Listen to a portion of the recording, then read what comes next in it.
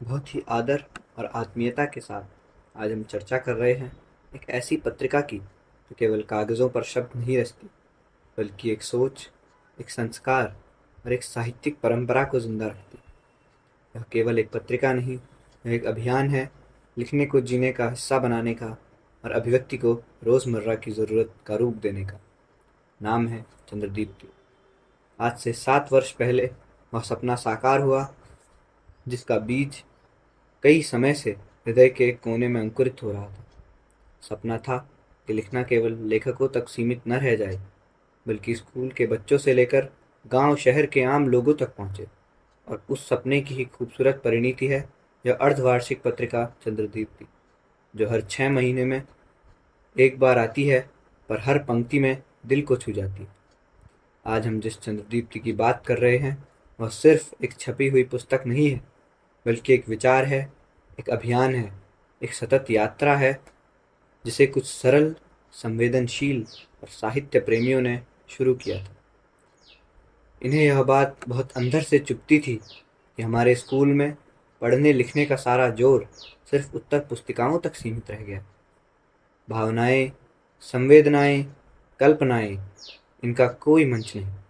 और तब उन्होंने निश्चय किया कि कुछ ऐसा रचा जाए जो विद्यार्थियों को केवल पाठ्यक्रम का हिस्सा न बनाए, बल्कि साहित्य का सृजक भी बनाए।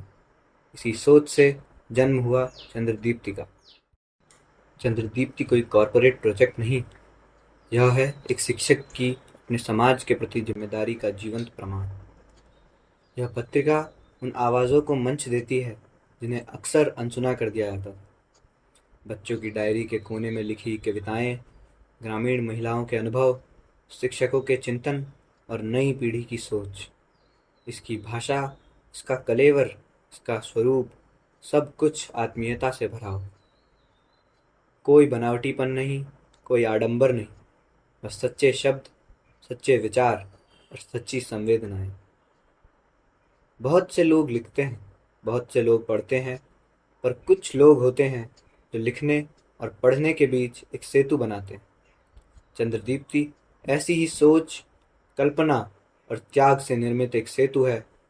वह सेतु जो कक्षा से कल्पना तक, ब्लैकबोर्ड से भावनाओं तक और शिक्षक से समाज तक जाता है।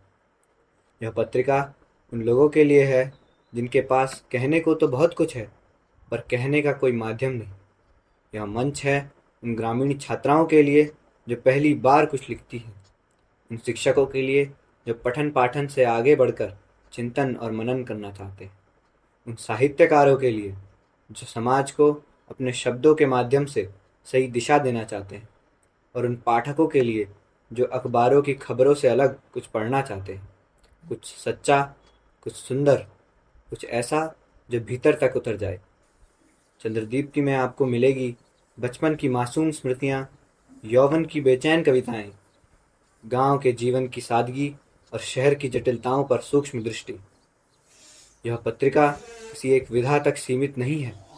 यहाँ कविताएं भी हैं, कहानियाँ भी हैं, निबंध, संस्मरण, यात्रा वृतांत और कभी कभी कुछ ऐसे लेख जो सीधे मन में उतर जाते हैं। और सबसे बड़ी बात यह है कि चंद्रदीप्ति की आत्मा उसमें छपी सामग्री से कहीं ज़्यादा उन लोगों में है जो इसे बनाते हैं, भेजते हैं और पढ़ते हैं। इसमें जो आत्मीयता है, जो मिट्टी की गंध है, वह किसी सामान्य शब्दकोश में नहीं मिलती। यह पत्रिका उन असंख्य अनसुनी कहानियों की आवाज़ है जो हमारे स्कूलों, मोहल्लों, गांवों और घरों में दबी रह जाती है।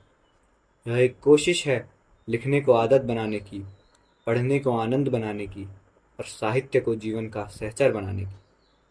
तो अगली बार जब आप चंद्रदीप्ति के किसी अंक को पढ़ें तो याद रखें, यह सिर्फ एक पत्रिका नहीं है, यह एक संस्कार है, एक सोच है, एक सपना है, एक रुचि है, एक त्याग है, एक साधना है, एक तपस्या है और सबसे महत्वपूर्ण, एक सतत सृजन की यात्रा।